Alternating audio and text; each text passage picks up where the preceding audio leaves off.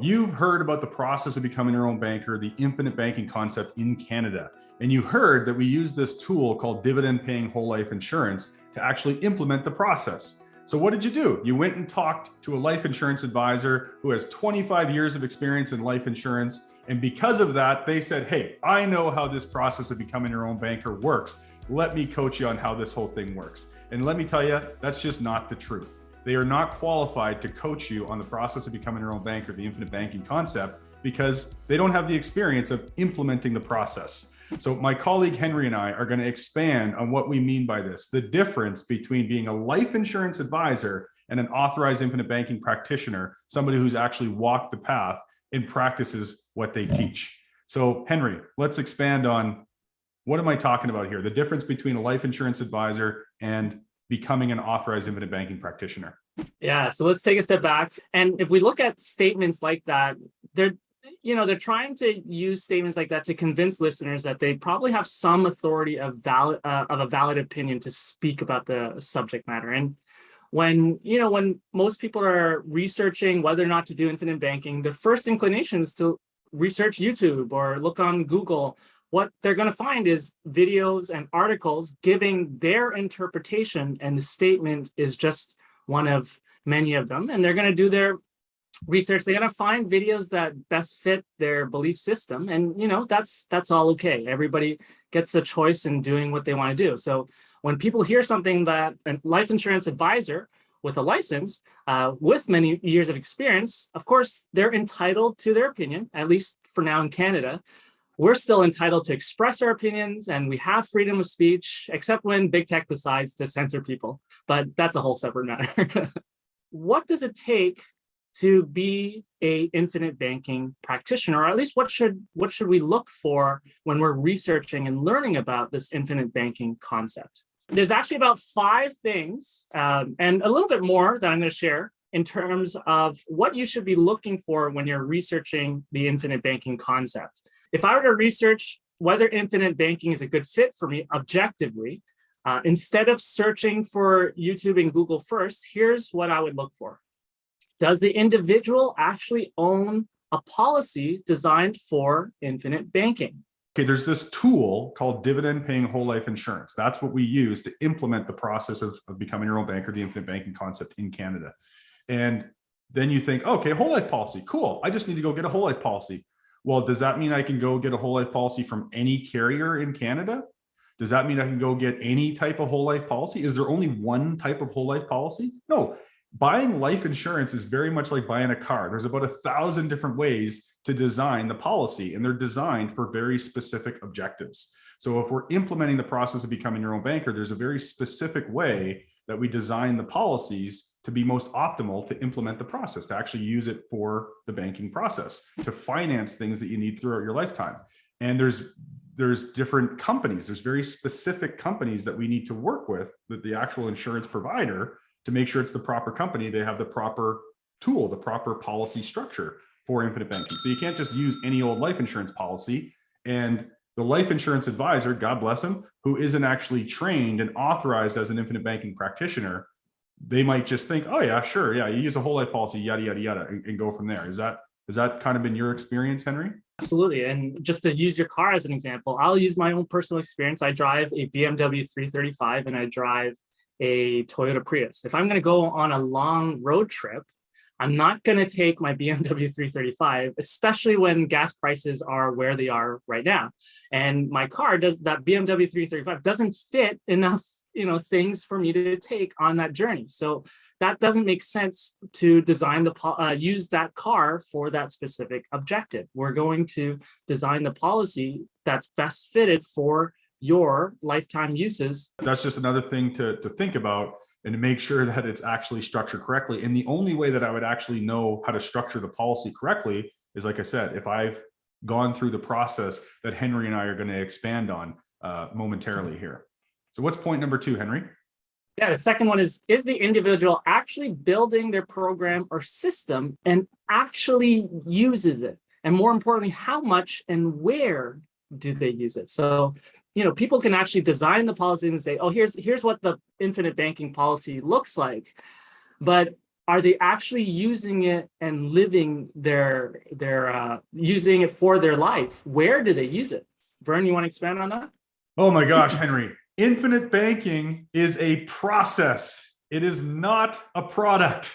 You're exactly right. That's what the typical, and by the way, we're not trying to cut people down here. We're trying to give you, Canada, empower you so that you know who you should be working with here. But the point is life insurance advisors who are not authorized practitioners are focusing on exactly that. They're focusing on the product and the sales process. And they're focusing on all of the features and benefits of this great product called whole life insurance. They're not actually able to coach you on, hey, here's how I've structured my own system.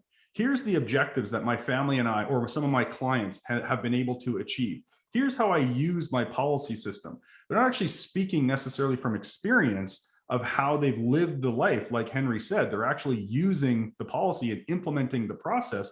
They're just speaking to you because, yeah, they're smart people. They know what they're doing. They've been there for a long time, and they understand, maybe they understand how this tool kind of works or how it's engineered. So they're pointing to you all of these features and benefits of the tool. They're not actually talking to you about the process and how to design it to achieve a specific objective, and then how to go ahead and implement the process. For me, when I use my policies, I've used it to finance renovations in my home. Rather than sending the money away to the contractors and just losing the opportunity to earn compound interest on my money, I've accessed policy loans to pay them and take advantage of still having my money grow every single day. I've used it for investing, and I use it to purchase gold. I use it to purchase stocks. I use it for things that I want to do. And I know, Vern, you've also got some experience in how you use your policies too, right? Yeah, this is really good. So Canada, if you're watching this right now and you're going, gosh, these guys are making sense, I want to hear more about this, make sure that you click the link in the post description below. Go to watchibc.com, watchibc.com, so you can get access to a 90-minute webinar that will expand on the conversation that Henry and I are having about how do you actually get started in the process. But you're exactly right, Henry. Like, I use the process of becoming your own banker. I use the infinite banking concept, my policy system, to finance everything that I need in my life. And not just major purchases like vehicle financing or appliances or whatever, but it's even my lifestyle.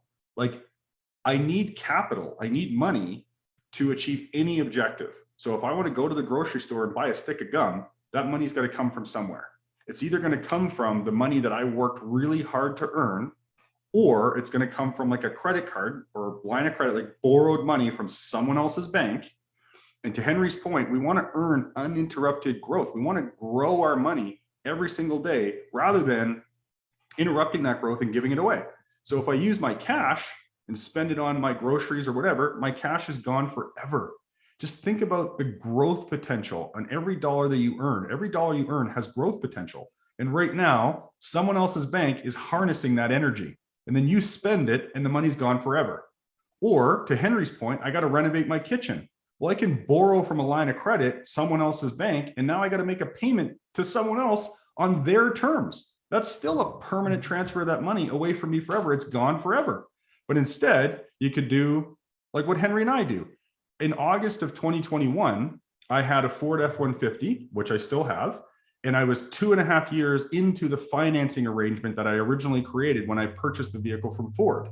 Because when I purchased it, I didn't have the robust banking system that I currently have today. I just needed a vehicle with a manageable cost. So for 2.5 years, every biweekly, I sent $299.37 away from my family forever. And it was agonizing.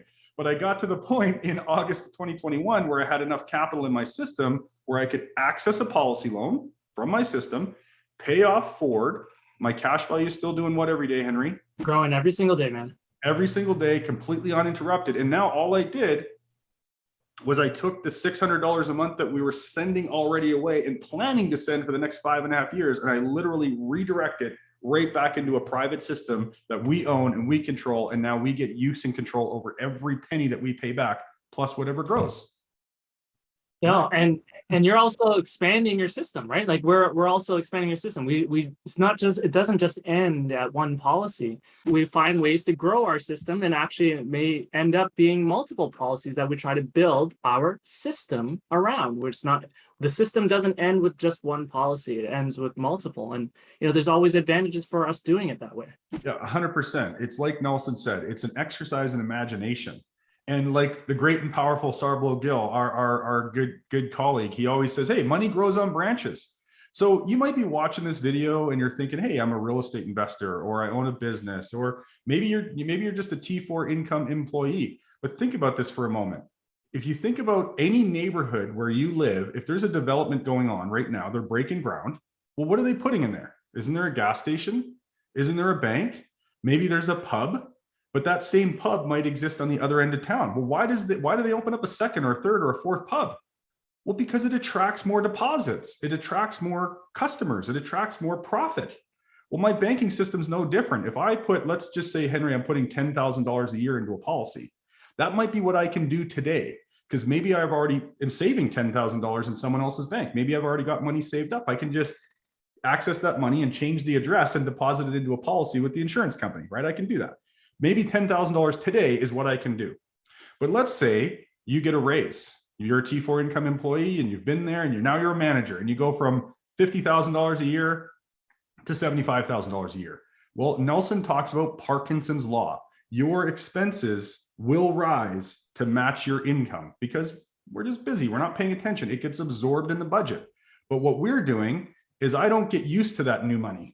When I use my system to achieve objectives and I free up a payment like my Ford F-150, I replenish my pool. But once I get back paying back that loan, I got $600 now that needs a home. So I might start another policy with those dollars. Or like I said, if I get that raise, or maybe I sell a property and I get a windfall of cash, if I got $100,000 that just shows up, well, that $100,000, doesn't it need to be deposited? Doesn't it need to be warehoused? Doesn't it have to have a home between now and the next time I have an opportunity? So I'm going to access that capital and I'm going to start more policies and deposit it in my system, because now I have 1, 2, 3. I have a system of policies that are growing every single day. And I can also diversify in lives insured.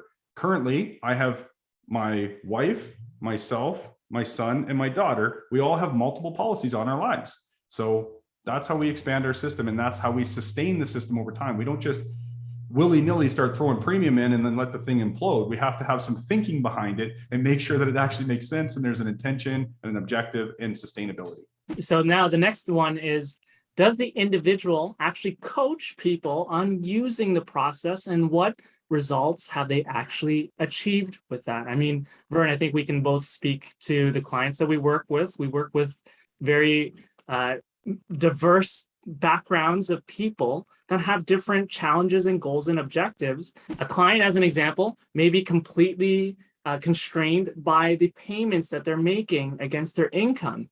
Imagine if we can take control of that, the payments that they're sending to someone else, into their own system, where they now define how much they want to pay, when they want to pay it back, and it gives them extra breathing room to use their income. So that's where we do things like debt recapture to help have them own their debt.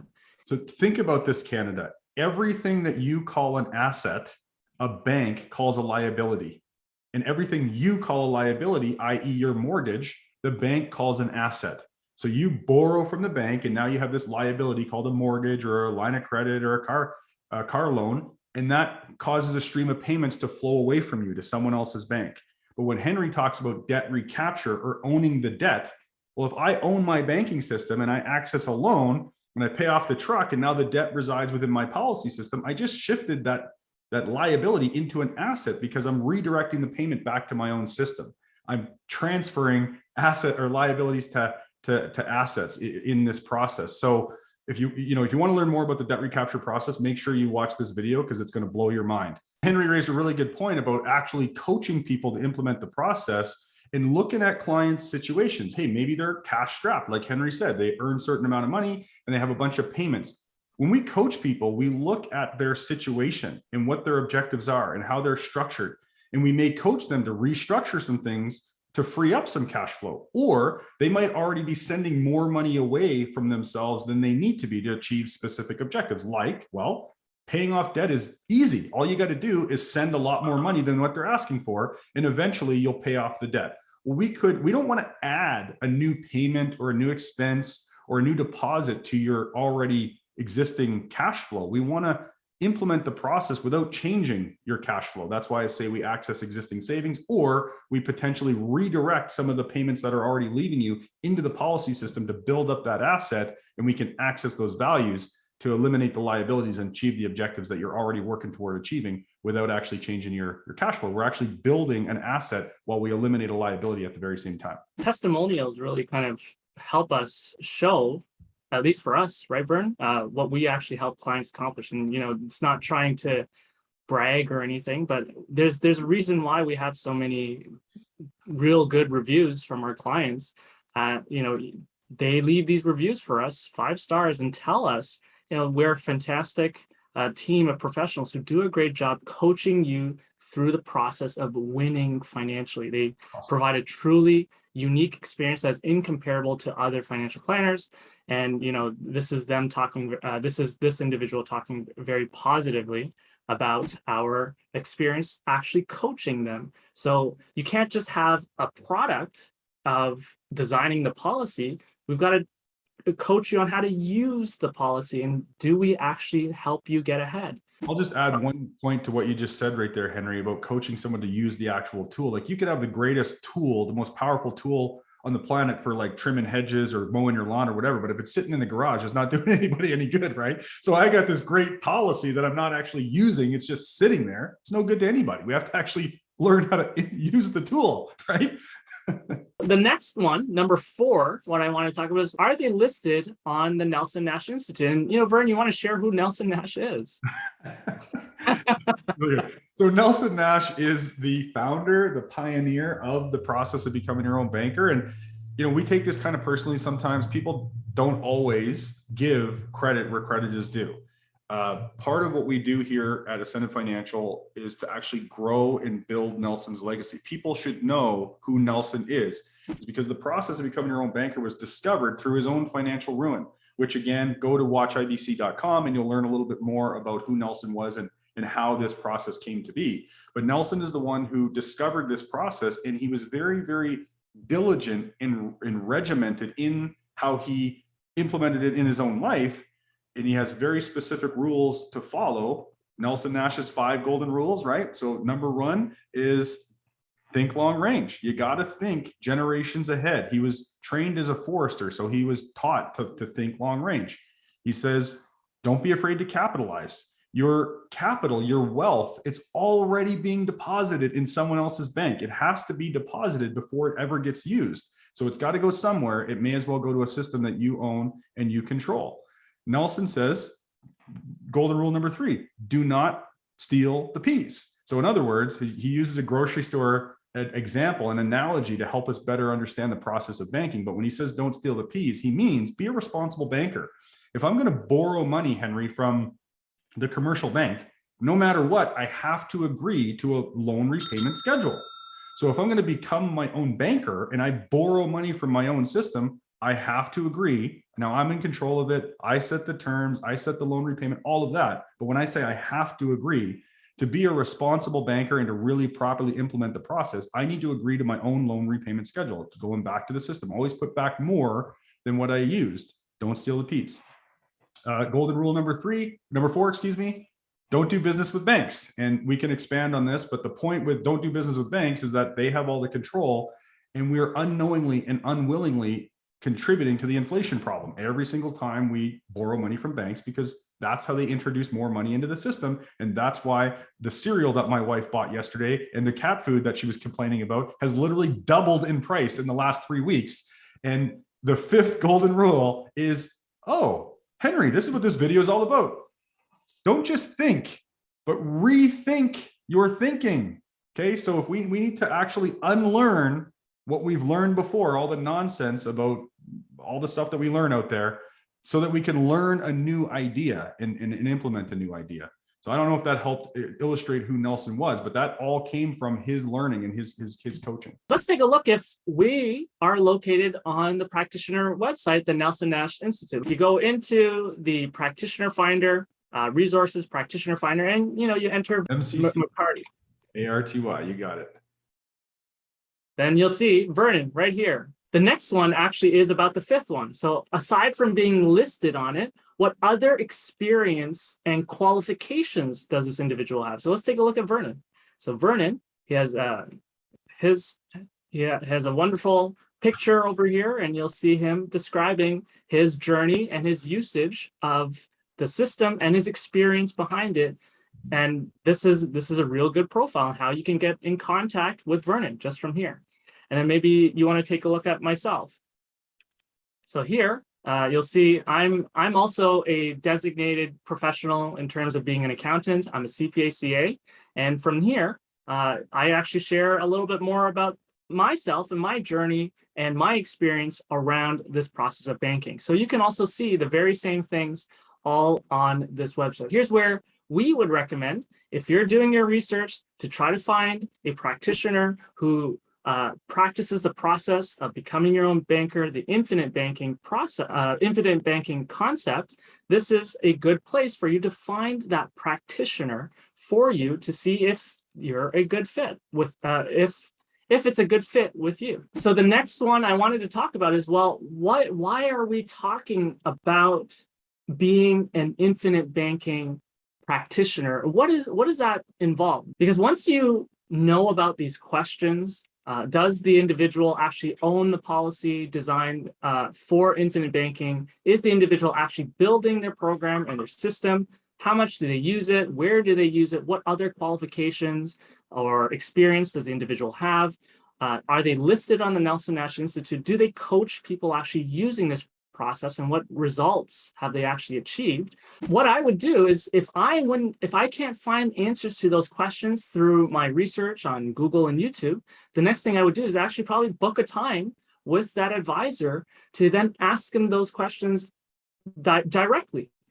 And so that's where you can gauge for yourself whether or not you feel comfortable with that process. Now, what is an infinite banking practitioner though? So maybe we can shed some light on what it takes to be an infinite banking practitioner. So of course, you've got to go through additional knowledge, training, and experience on practicing this process, which is beyond having just a life insurance license.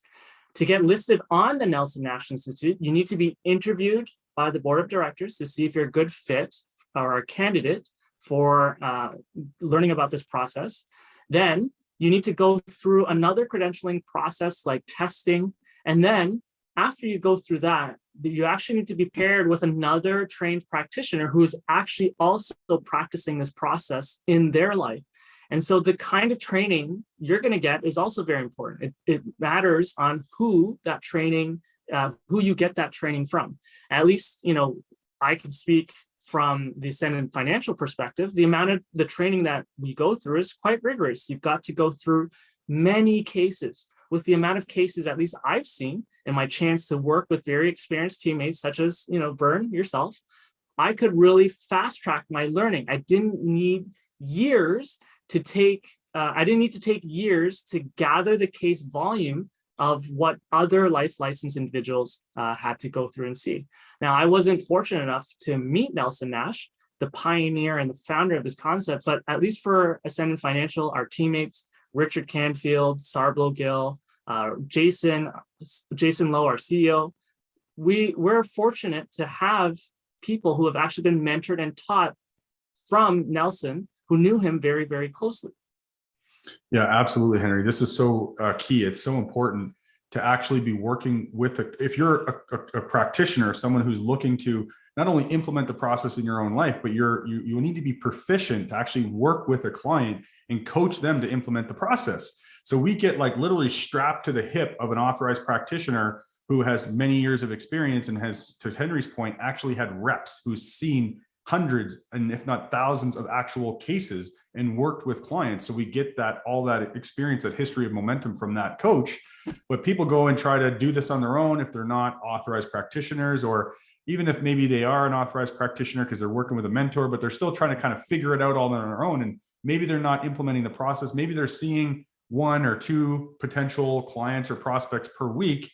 I mean, that's great, but it's going to take, to Henry's point, years and years and years of trial and error and wins and losses and messing things up to actually get the experience that they need to truly coach people on the process. So we get to see, hundreds of cases in our training process here at Ascendant, the mentorship program that we go through, just by watching a really successful authorized practitioner and then working with them on those cases to learn how to implement the process and then start to work with clients. We actually have a criteria that we have to sort of get checked off on in a certain period of time to actually say, okay, Vern or Henry or Sarbla or whoever, you're ready to go. You're ready to actually, you've been vetted. You're ready to actually work with clients one-on-one as an authorized practitioner. Because again, you are now proven that you've implemented the process in your own life. You're using it, you're expanding your system, and you've proven that you can walk a client from A to Z to actually set them up to implement the process and achieve specific objectives. Henry also mentioned that, we have teammates who were lucky enough to actually know Nelson personally and who were quite close with him and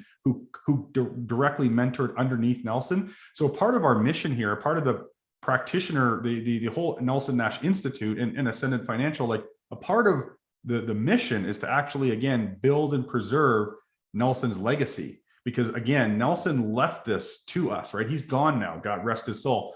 But I mean, it's easy for people to sort of change and manipulate and get away from those rules and the foundation that he put in place. So part of our mission is to actually teach and implement and coach this process exactly how Nelson taught us to implement it and exactly how he teaches us to implement it in this book. What are some of the red flags to be really aware of when it comes to this process and your research when you're going through this? And some of that does include maybe some people go through doing an additional spin on their interpretation.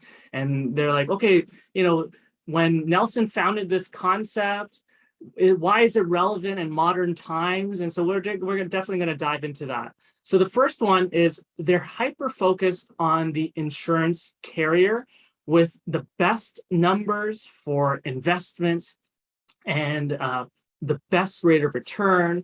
They're focused on the rate of return on the insurance policy, the interest rate when accessing policy loans, and they're looking at it completely from an investment angle. Vern, you want to add to that? Yeah, again, yeah, exactly. They're looking at it from an investment angle, or they're looking at it from, like you're pointing out, a product angle. Like Nelson clearly says that this process has nothing to do with life insurance. To implement becoming your own banker, you actually don't need a policy. The policy is literally just a tool, right? I could practice the concepts, the idea of becoming your own banker, the infinite banking concept, by using a shoebox as my tool. But a shoebox is a crappy tool for the job. I could go out and cut my grass with scissors, but that's probably not a smart idea to achieve that objective. Maybe I want to have like a push mower or something like that, right? So people focus on the product and the features and the benefits and the rates of return and all of that stuff. And again, this is a process. For one, it's not a product. And for two, it's not about rates of return or investment or anything, because this, first of all, the tool, whole life policies, are not an investment that are properly structured for banking. They're literally a savings tool. The growth within them exists because of contractual guarantees. But that's all just, that's all just fancy stuff. How do I actually use the tool to achieve objectives and practice the concept of banking? If somebody is talking to you about rates of return and growth and interest rates and ridiculous things like that, hey, this policy is better because it has a lower interest rate on policy loans than this company.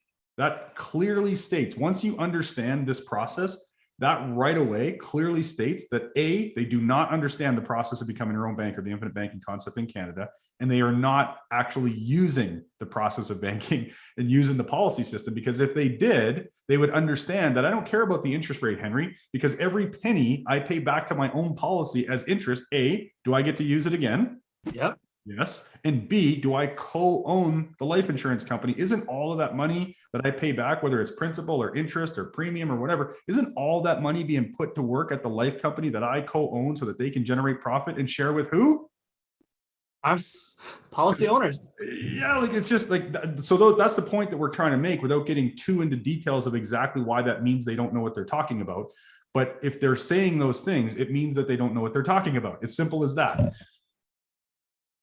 And, this is a real good point that you're talking about a process. So the next red flag to really be clear about is they see IBC as a strategy, not a process. And we know a process. And when we talk about process of banking, so let's elaborate on that. Instead of, you'll hear us say, instead of, let's say, outsourcing your wealth to someone else who's using it to make more money for themselves without sharing the benefits with you, we help Canadians take control of the banking function in their life. We create that private banking system. And yes, like Vern mentioned, we use a properly designed participating whole life insurance company with a mutual insurance company that all policy owners co-own. And now process is more than just the product. The process involves multiple pieces together, not just the one piece. And the analogy I can share with you, I watch basketball, and one of the players that I like to watch is, let's say, Kawhi Leonard. When Kawhi Leonard was with San Antonio, right, he's a wonderful player.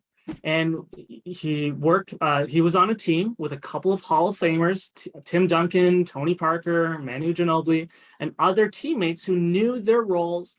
There was Greg Popovich, Hall of Famer coach, and an amazing management team. That's how they had an environment to have won a NBA championship. And then, he parallels that same, formula to the Toronto Raptors, and again, done very, very well. But now, where is he? He's with the LA Clippers, and Paul George is a great player, but they are not even in the playoffs right now, right? So you've got to have a process which is multiple pieces. And when it comes to us and our banking process, you can design the most wonderful tool, the banking system, but you don't ask someone like Kawhi Leonard to guard centers. You don't ask Kawhi Leonard to get the most rebounds. When you have the right pieces together, which is that process, and it flows in the way that it's supposed to flow, each side has its pros and cons. If you hyper analyze just on that product, which one gives you the best dividend, which one gives you the best, interest rates, or all of that nonsense jazz, it doesn't work. You need the other components of the pieces to form the process of banking. One of the things that we talk to people about is exactly that. Like, we're not really going to change maybe even your objectives of what you want to achieve, the things that you're already working toward. We always say all we're really going to change is the process by which you go and achieve those objectives. As I mentioned earlier, paying off debt, for example. Paying off debt is easy. All I got to do is slam a bunch of money into the debt, and then eventually it'll go away. But the problem with doing that process, that is a process. The problem with it is I'm sending all my money away, for one, so I'm giving up all that growth potential. For two, I'm not building any savings or any kind of assets. And for three, I just paid off all my debt, Henry, and I just ran into another problem. Canada, you ever notice that you always need money? You ever notice that? There's always objectives. There's always things you need to pay for. So if you just paid off all your debt and gave away all of that savings, when you need money again, what are you going to do? Well, you're either going to save up money again in someone else's bank and then spend all your cash, or you're likely going to do what most Canadians unfortunately do, is you're going to have to go back and borrow from someone else's bank again. So you're right back into that rat race of, now I got the credit cards racked up again just after paying them off. And every time an opportunity comes up, you can't take advantage of it because you got no money, because you're always financing and sending it away. So we're just going to change the process to achieve exactly the same objective. As I said earlier, let's just redirect some of that capital, build up a system that continues to grow and gain momentum while you're eliminating those liabilities. And we're redirecting the savings that every time we pay down some principal, we're redirecting the savings on that minimum payment back to your system, or anything else that you would have given back to the bank. We pump that first into your system so that you're the one collecting and accumulating the money, so that if life happens and you need access to capital, we can interrupt that plan and we can just go and access money from your own system. You get use and control over the money so you can take advantage of opportunities and solve problems that will inevitably happen, because there's this thing called life that just keeps going, right? Just change the process. It's not about a product. It's really good, Henry. Not a strategy. It's not a strategy. It's not a strategy. Yeah, it really is a lifestyle. Like Henry, correct me if I'm wrong. When you were going through the process and you first started implementing policies and it came time for like an action, let's say to prioritize your premium or your loan repayments over any other use of money, when you first started, if you think about it, didn't it kind of take something? Let's say money showed up, you got paid. Didn't it take something to like rewire your thinking and go, oh, I'm going to go pay this bill, or I'm going to go do this thing. I'm going to go achieve. Oh, wait a minute. Nope, I can't do that. I first need to take that capital and redirect it to my policy, whatever your system looked like. But you paid a loan first, or you deposited premium first, and then you took that extra step and go to borrow money from your system to achieve that same objective. Like that took, you had to interrupt your old way of like thinking and how your patterns work to retrain your brain to prioritize your system. Am I crazy, or did you kind of go through your own version of that? Oh, of course, I had my initial struggles without even thinking about it. I just, let the money just stay in someone else's bank. But now, deliberately, there's mechanisms that I've already designed for myself to have the money pay me first. Even though it goes to the bank, it'll pay me first. And that's actually a deliberate change that I had to interrupt in my previous default programming. Yeah, and so that is a lifestyle. That is a process that you're implementing. That's not a strategy. That's not an idea. It's a lifestyle. It's a process. It's something that you've made important. And when we make time for things that are important, and we execute on things that are important. The process of becoming your own banker, the infinite banking concept, is not a strategy. It is a process. It's really a lifestyle. What do I mean by a lifestyle? Like, just think about this for a second. I've talked on many other videos in the past that, I used to be a much thicker guy. In fact, Henry showed my picture on the Nelson Nash Institute earlier, and maybe I got to update that because my head was taking up the entire screen. Here's the thing. I struggled for many, many years with my health and with my diet and exercise. And it's pretty darn easy, right? Eat more salads and protein or something versus like sugar and deep fried foods and get some exercise in. Like, that's a simple formula. Simple, not easy. We have to prioritize what's important, and we have to make time for it. And we have to put that in front of everything else. So in other words, what I like to do is I like to chill sometimes and relax. I do a lot of productive things, but sometimes I just want to be with my kids and I want to completely unplug and I just want to hang out. So we might watch a sitcom or something on just some silly comedy and relax. I'm completely unplugged. And that's a really, really good thing to do. But too much of that is a really, really bad thing to do. So before I allow myself to do those kinds of things, I prioritize important things like making sure that I eat the right food and getting some exercise in. Because then I can kind of have some relaxed, guilt-free, because I know I was productive and I put a deposit into the health bank, if you will, right? So the same thing goes with implementing the process of becoming your own banker. Sometimes Henry and I like to go and probably just have some fun. And you can see in my background, I have a lot of Lego and things like that. I could spend all my money on Lego, but I prioritize my system, my capitalization, paying myself first, like Henry said, depositing money into my own system. I prioritize that over any other use of money. When I get remunerated, when I get compensated, I don't just take that money and run to the Lego store. I take that capital and I immediately direct it to my policy system, and I use policy values, buy a policy loan to finance my lifestyle. That took something to retrain myself, and I made it important because I understand building my wealth and building my legacy. Nobody's going to do it for me, and nobody cares about it more than I do, just like my health. So I prioritize those actions and I make it a lifestyle, and you can too. So make sure you go to watchibc.com. That's watchibc.com to learn more about the process of becoming your own banker, the infinite banking concept in Canada.